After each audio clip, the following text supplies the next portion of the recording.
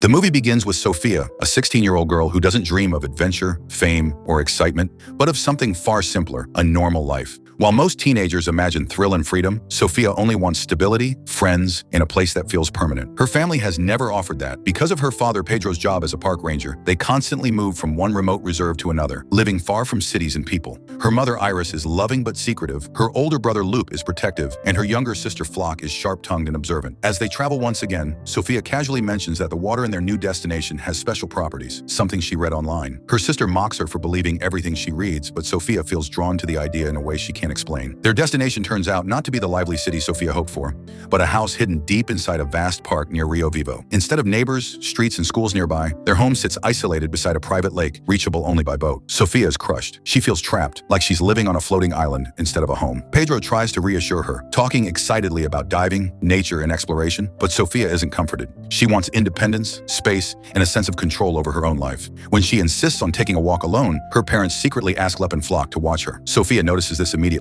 feeling like even the trees around her have more freedom than she does. Annoyed and overwhelmed, Sophia slips away from her siblings and wanders toward Lake Senki. As she approaches the water, something inside her shifts. The lake fills her with a deep, unexplainable joy, like a long-lost home welcoming her back. But that peace shatters in an instant when she slips on a rock, strikes her head, and falls into the water. As she loses consciousness, the water around her begins to move unnaturally, lifting small stones toward the surface, as if responding to her presence. When she wakes and returns home, she can't fully remember what happened, only that something strange occurred beneath the surface of the lake. Later that day, the family smells smoke near the park and rushes to investigate. They find three brothers, Rafael, Mikhail, and Gail, members of the Phoenix family, camping illegally and lighting a fire. Pedro warns them sternly about the danger of fire in protected areas. While tension rises between the adults, Sophia notices Gail. There's an instant, confusing attraction she's never felt before. She speaks to him, warning him gently about the fire, but he barely responds and walks away. The encounter leaves her unsettled, as if something invisible passed between them. That night, Sophia can't shake the feeling that her life is quietly shifting. The next day, Sophia finally attends a real school for the first time,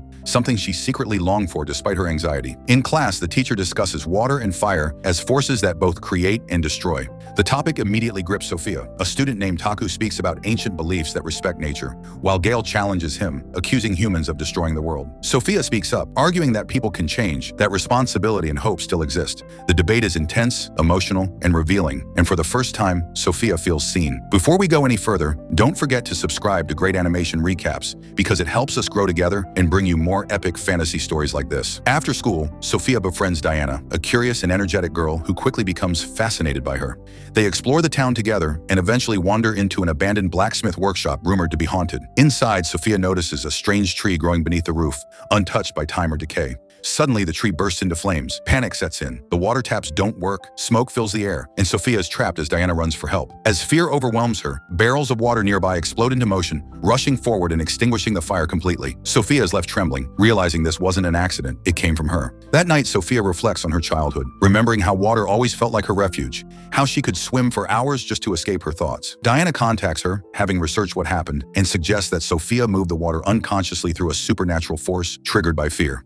At school the next day, Diana becomes increasingly obsessed with explaining Sophia's abilities scientifically. Meanwhile, Sophia grows closer to Taku, who confides in her about his loneliness and his deep connection to the land. Their bond is gentle and sincere, but Gail watches from a distance, clearly affected by their closeness. Things escalate when Amelia, the mayor's arrogant daughter, humiliates Sophia at school. As Amelia mocks her, the water in a nearby well suddenly erupts, soaking her completely. Sophia realizes her emotions are directly influencing water. Terrified, she returns home, where Diana reassures her and even proposes getting matching tattoos as a symbol of friendship. The gesture moves Sophia to tears. Diana gives her a book about water phenomena, and as Sophia reads, she finds descriptions that mirror exactly what she's experiencing. Alone later that night, Sophia experiments and watches raindrops freeze in midair at her command. As Sophia's powers grow, Diana becomes more determined to test them, sometimes crossing emotional boundaries. Sophia feels like an experiment rather than a friend. During a school outing, Taku drops his stethoscope into the freezing lake, and Sophia dives in without hesitation, shocking everyone. She retrieves it effortlessly, barely affected by the cold. Taku thanks her, revealing his hearing impairment and trusting her with a secret. When he asks her to share one in return, Sophia freezes, afraid of what her truth could cause. Diana continues pushing for answers, recreating the fire incident to trigger Sophia's power. It works. Sophia controls the water again, but it damages their friendship. Meanwhile, the Phoenix brothers are revealed to be performing dark rituals, searching for someone with a power that opposes fire. Rafael tests his abilities on Sophia's siblings, confirming she is the one they're hunting. Sophia, overwhelmed and isolated, is forbidden by her parents from attending a party at the Phoenix Brothers bar. Feeling trapped, she sneaks out anyway, bringing Flock along. At the party, Sophia experiences everything she's missed: music, laughter, dancing. Taku asks her to dance, but her emotions spiral out of control, causing her drink to react to her power. She escapes outside where Gale joins her. Their chemistry is undeniable, intense, and confusing. They dance briefly, sharing a moment that feels electric before Gale abruptly pulls away. Back inside, Amelia humiliates Sophia on stage, but Sophia turns the moment around, singing confidently and finally feeling accepted. At the same time, Raphael activates his power, and water pipes burst violently, shielding the crowd. Gale collapses, revealing fiery eyes, and Flock witnesses the terrifying truth about the Phoenix family.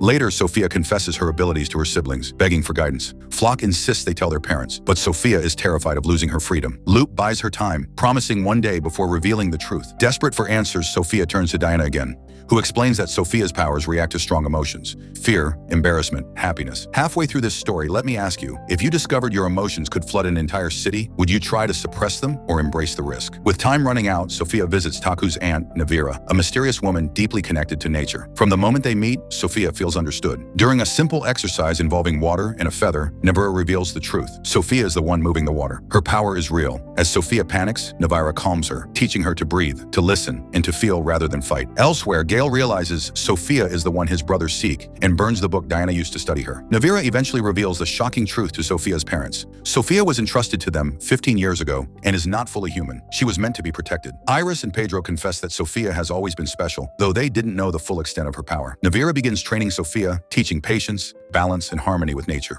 Over time, Sophia learns to control water consciously. Yet during training, she has a disturbing vision of someone bleeding in the water, hinting at a dangerous future. As Sophia prepares to return home, the Phoenix brothers close in.